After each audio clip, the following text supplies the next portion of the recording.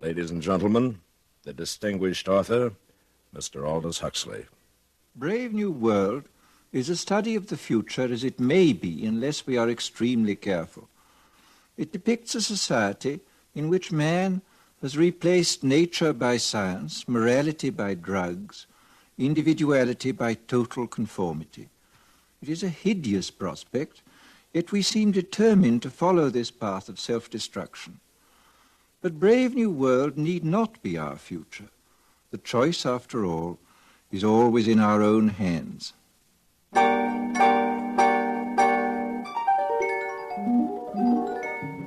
CBS Radio, a division of the Columbia Broadcasting System, and its 217 affiliated stations present the CBS Radio Workshop, radio's distinguished series dedicated to man's imagination, the theater of the mind.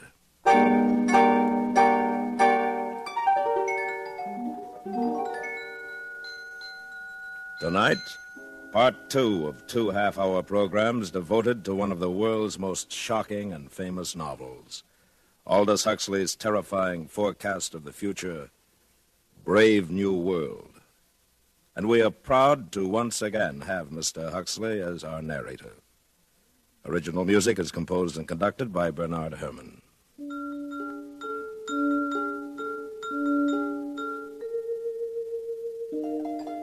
This is Aldous Huxley.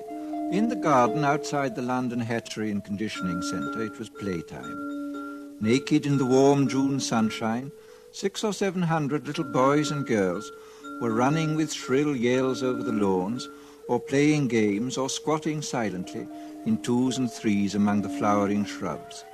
And strolling across the smooth turf came the director of hatcheries and conditioning, followed eagerly by a group of new students. And here we have playtime for our little tots. Notice the games, all carefully constructed to use as many mechanical devices as possible. In olden times, children used to play simple games using only a ball and a bat. Oh, madness. Nothing was added to increase consumption. Then came our Ford. He taught us the principle of mass production in the assembly line many centuries ago and changed all that. Good morning, Director. Sir, what an unexpected pleasure. Boys, this is the resident controller for Western Europe.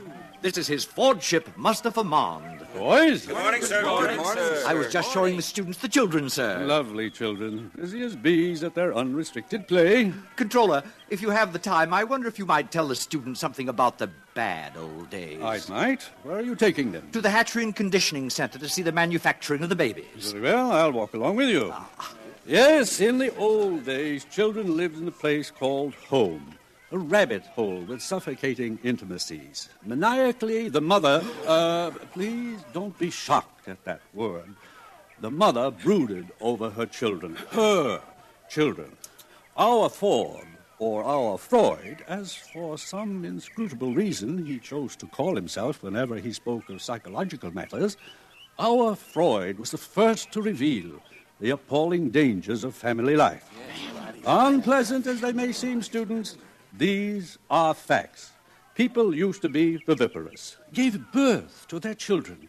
What were the consequences? A world dominated by mothers and fathers was a world full of every kind of perversion, from sadism to chastity. There were also husbands, wives, and lovers. Now everyone belongs to everyone else. Thank Ford for progress. Yes, thank Ford. Actually, we still preserve a few outmoded ethics of pre-stable societies in our savage reservations. Did you ever visit a reservation, Director? Yes, I once went to look at the savages in New Mexico. Well, that must have been 25 years ago. Mother's, father's marriage. Oh, very repulsive. Yes. Well, here we are. I'll say goodbye. Goodbye, Controller, and thank you. Thank you, sir. Thank you, sir. You're welcome. And now, boys, if you'll follow me inside the hatchery.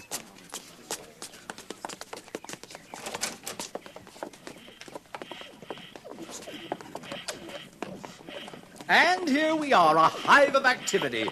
Alpha's superintending, Beta's doing the skilled work, Gamma's in green, busy at routine jobs, and Delta's in khaki, incapable of doing anything except sweeping the floor. Every member of society perfectly content to belong to his predestined caste. Except for a few criminal exceptions, which reminds me, one of those criminal exceptions is meeting us here at 11. An Alpha Plus, no less. Mr. Bernard Marks. What has he done, sir? What has he done? He refuses to participate in mechanical sports. He is lax. Here he comes now. Good morning, Director. Mr. Marks. You and Lenina Crown returned from the Savage Reservation last night, I understand. Yes, sir. We visited some of the places you told me about last week, Director. In fact, we Silence. Your attention, please. Everyone step this way. If I have interrupted your labors, it is because a painful duty constrains me. This man who stands before you, this Alpha Plus, the highest level of society, has grossly betrayed the trust imposed in him by his heretical views on sports and Soma, by his scandalous refusal to be promiscuous. He has proved himself an enemy of society, a subverter, ladies and gentlemen, of all order and stability, a conspirator against civilization itself. For this reason, I am ordering his immediate transference to a sub-center of the lowest order. In Iceland, he will have small opportunity to lead others astray by his unfordly example. Bernard Marks, can you show any reason why I should not now execute the judgment passed upon you? Yes, I can. What did you say? You told me you visited the Savage Reservation 25 years ago, Director, with a young Beta Minus, I believe. You told me she was lost during a storm and that you returned without her. I thought perhaps you'd like to see her again. Linda? Thomas! Thomas! Oh, Thomas, it's me. Don't you remember? You're Linda. Oh, I knew I'd recognize you, Thomas. You look just the same. No one aged us here. Thomas, look at me. I'm Linda. Remember? Hug me. Hold me. What is the meaning of this? Who is this hag? Thomas. Oh, Thomas, it's Linda. Linda, you're Beta Minus. John, look, it's him. It's your father. Father! What's the meaning of this disgusting joke? Who is this savage and this dreadful woman? Take them away! It isn't a joke. It's absolutely true. I'm his mother, and you're the father. Father, it's me, John. I'm your son. And now who is guilty of antisocial behavior, Director? No.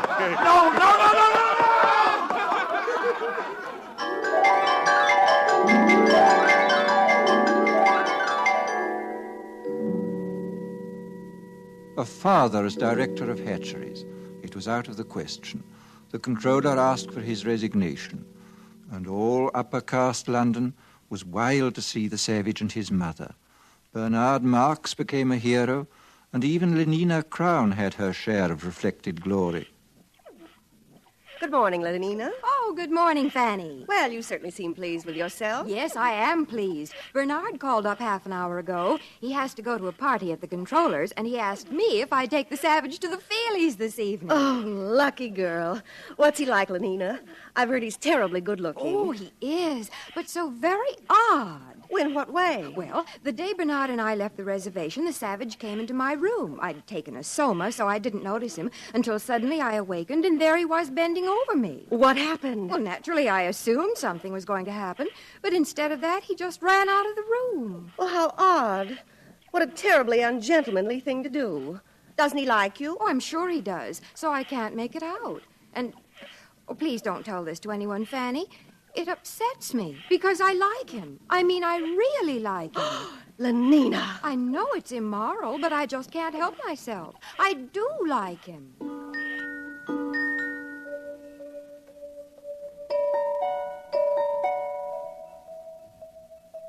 The days passed. Success went fizzily to Bernard's head. His diffidence turned to bumptiousness. His nonconformity was forgotten, and he became completely orthodox. The resident world controller appointed him official escort for the savage and asked him to make regular reports on the young man's reactions to civilization. This Bernard did assiduously.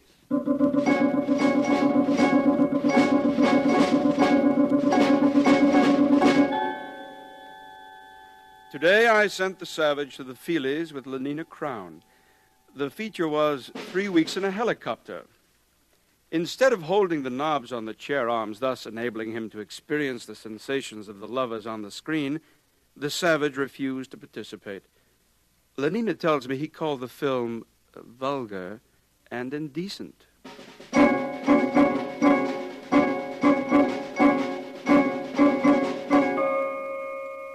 The savage refuses to take Soma and seems most distressed because the woman, Linda, his Mother,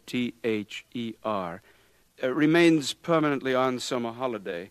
In spite of her senility and the extreme repulsiveness of her appearance, the savage frequently goes to see her and appears much attached to her.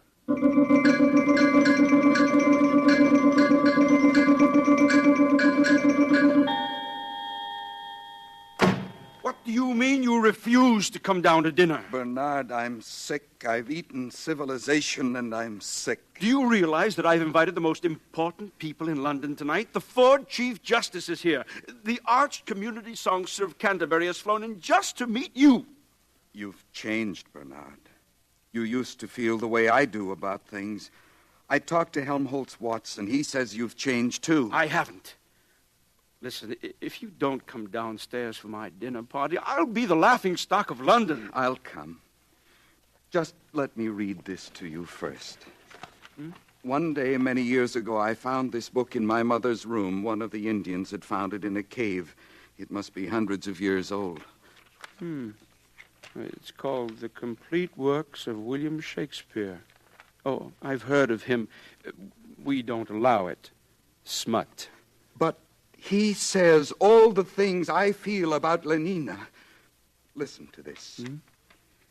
Is there no pity sitting in the clouds that sees into the bottom of my grief?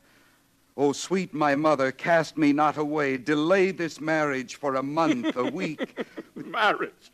Oh, Ford, no. Bernard. Oh, marriage, that's too good, really. Bernard, stop it. And mother. Oh, sweet my mother. Oh, he's positively vulgar. You stop Wait it. till I tell Helmholtz about this. Stop it, or I'll hit you. Oh, come, now, where's your sense of humor? Bernard. Can't you see how funny it is? Get out. I said leave me alone. I'm leaving, John. I'm leaving. How beauteous mankind is. Oh, brave new world that has such people in it.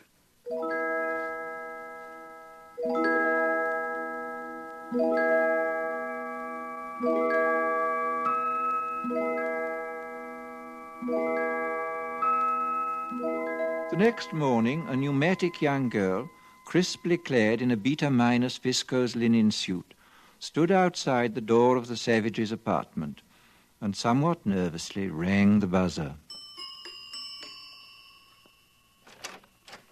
What? Lenina? You don't seem very glad to see me, John. Not glad. Oh, if you only knew. May I come in, then? May I kiss your hand, Lenina? My hand? Admired, Lenina. Indeed, the top of admiration, worth what's dearest in the world. I wanted to do something first to show I was worthy of you. What are you talking about? Lenina, tell me something. I'll do anything you tell me, anything at all. I'd sweep the floor if you wanted. But we've got vacuum cleaners here. It isn't necessary. No, of course it isn't necessary. But some kinds of baseness are nobly undergone. I'd like to undergo something noble, just to show you how much I love you, Lenina. Do you mean it, John? Yes, but I hadn't meant to say it, not until I... Listen, Lenina, on the reservation, people get married. Get what? For always. They make a promise to live together for always. What a disgusting idea. Answer me this question, John. Do you really like me or don't you? I love you more than anything in the world. Well, then, why on earth didn't you say so? Come here to me, John. Hug me. Oh, but Lenina... Hug me till you drug me, honey. Kiss me till I'm in a coma. Lenina, what are you doing? No, get away from me. Don't come near me. Hug me, honey. You strumpet. A gran is better than a dad. Get out! But don't you want Get me? out of my sight! John!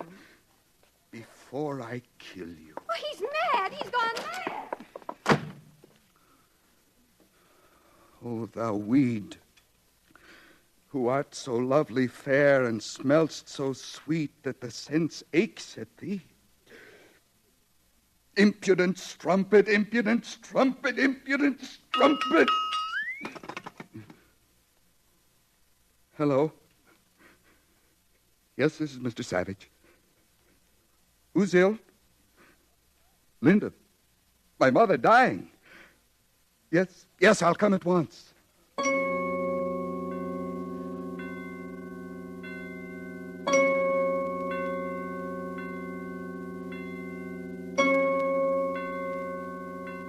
Welcome to the Park Lane Hospital for the Dying. You've come to see someone in the galloping senility ward? Yes. My mother. Oh, how vulgar. You know who I mean. Linda. Oh, yes. Room 43, bed 16. She'll be dying any minute now. This way, please. Is there any hope? Well, of course not. Or else she wouldn't have been sent here. Through these doors.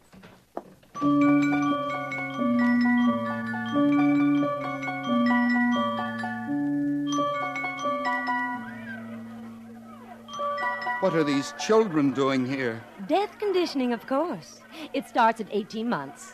Every tot spends 2 mornings a week in a hospital for the dying. All the best toys are kept here, and they get chocolate ice cream on death days. They learn to take dying as a matter of course. This way. Oh, here we are. Well, I must go. I've got my batch of children coming. Time for their chocolate ice cream.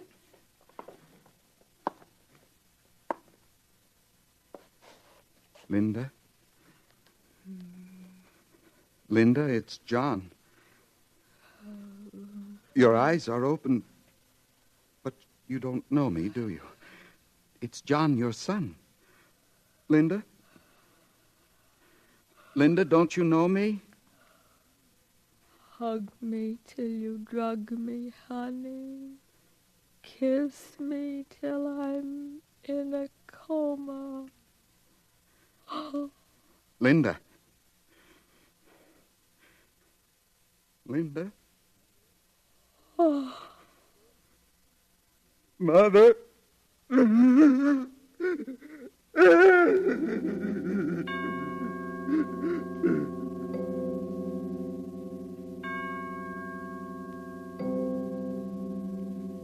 menial staff of the Park Lane Hospital for the Dying consisted of 162 deltas, 84 red-headed female twins, and 78 identical mongoloid male twins. At 6, when their working day was over, the 2 groups assembled in the vestibule of the hospital and were served their daily soma ration. It was into this crowd that the savage walked, so overcome with his grief and his remorse that he did not realize he was shouldering his way into the gathering throng. All right, here it is, soma distribution. In good order, please. Oh, hurry up there. Stand in line for your soma. Linda died because of this. Oh, now don't grab. There's enough for everybody. 1 gram for an evening's delight, 2 for a trip to the gorgeous East, and 4 for a weekend in paradise. How beauteous mankind is. Oh, brave new world that has such people in it. Stop! Stop! Ford is a savage. Listen, I beg you, lend me your ears. Don't take that horrible stuff. It's poison. Mr. Savage, please. The people are waiting. You're slaves, all of you. Don't you want to be men? Don't you want freedom? Freedom? Ford Almighty, call the police. From somewhere behind the milling, angry crowd, Bernard Marx saw the savage. He and his friend Helmholtz Watson had been searching for John. Now they hurried forward. Helmholtz, he's mad. They'll lynch him. Oh, Ford, help us. Ford, help those who help themselves, Bernard. Come on. Where are you going? Come back. It's a fight, a real fight. I've been waiting all my life for this. Man at last. I'll make you free whether you want to be or not. Give me those soma boxes. Sir, Mr. Savage, no. Stop it. Helmholtz, join me? Yes. Throw the poison pills away. By all means, throw them away. Stop it. Freedom! Be men and be free! Over here, officers, this way. Give them the Throw them away. Freedom! Stand up as men. Win your freedom. Soma spray. Win John, your John. freedom. Take them to the resident controller's office. All right. All right, it's all over. We're all happy now. We're so happy we all love each other, don't we? Oh, yes, we all love each other. Line up for your Soma.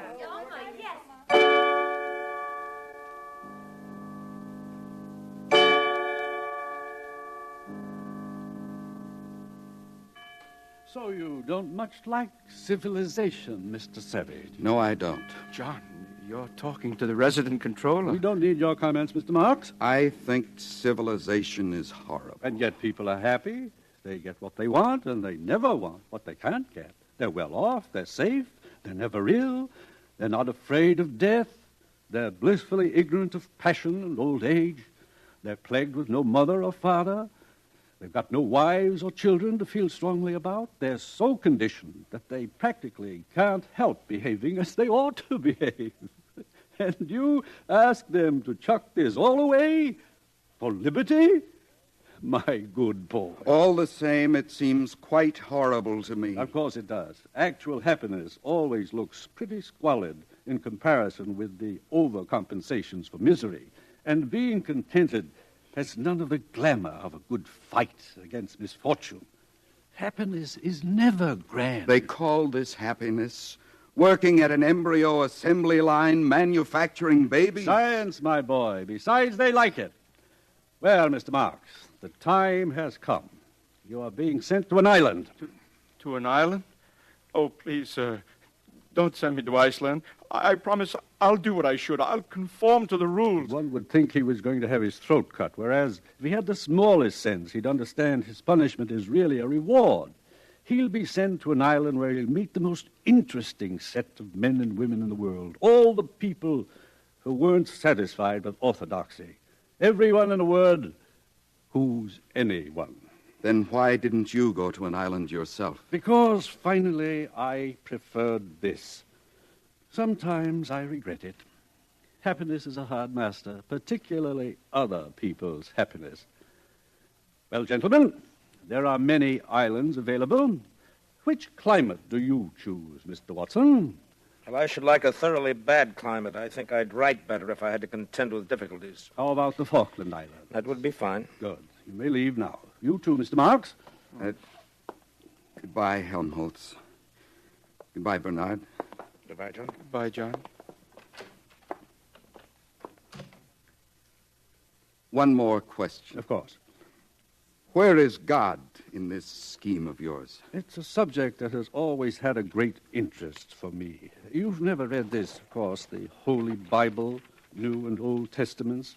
I've got quite a few revolting old books like that here. But if you know about God, why don't you tell the people? This book is old. It's about God hundreds of years ago, not God now. But God doesn't change. Men do, though. No, my friend, call it the fault of civilization. God isn't compatible with machinery and scientific medicine and universal happiness. But when you're alone, it's natural to believe in God. When you're quite alone in the night, thinking about death. But people are never alone now.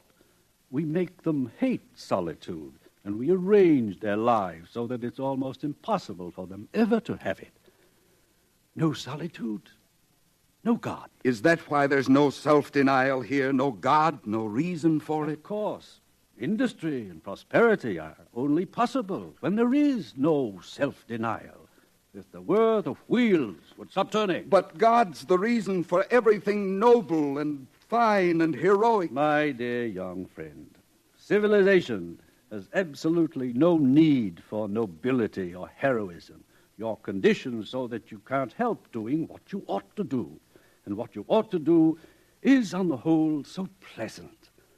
So many of the natural impulses are allowed free play, that there really aren't any temptations to resist. Anybody can be virtuous now. No temptations, no inconveniences. But I like the inconveniences. We don't. We prefer to do things comfortably. But I don't want comfort. I want God. I want poetry. I want real danger. I want freedom. I want goodness. I want sin. In fact, you're claiming the right to be unhappy. All right. I'm claiming the right to be unhappy. Not to mention the right to grow old and ugly and impotent. The right to have cancer. The right to have too little to eat. The right to live in constant apprehension of what may happen tomorrow. The right to be tortured by unspeakable pains of every kind. I claim them all. You're welcome.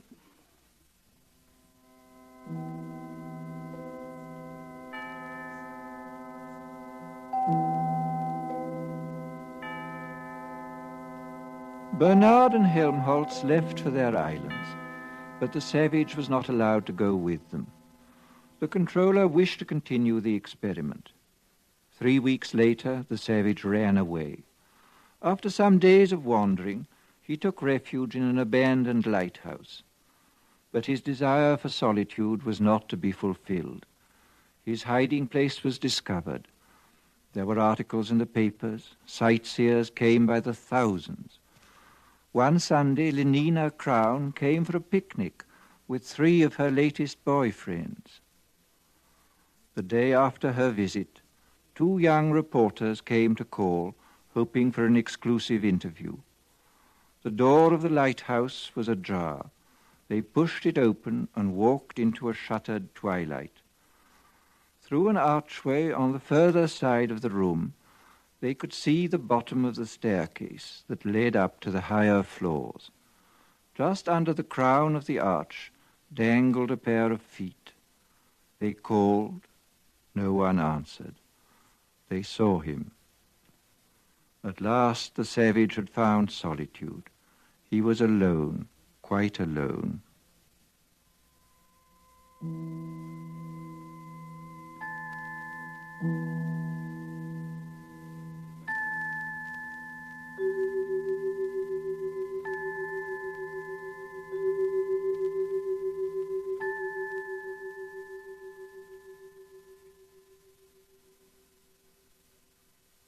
Thus concludes Brave New World by Aldous Huxley.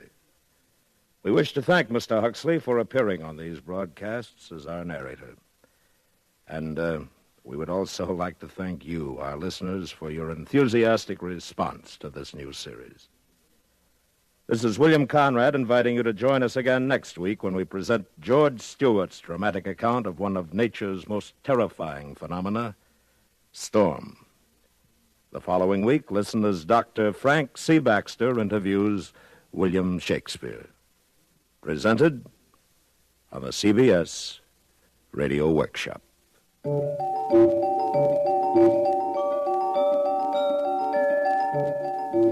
CBS Radio Workshop is produced and directed by William Frug. Brave New World was adapted for radio by Mr. Frug.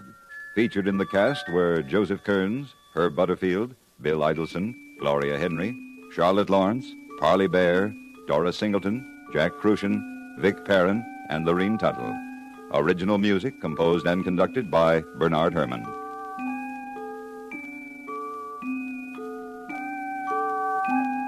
America listens most to the CBS Radio Network.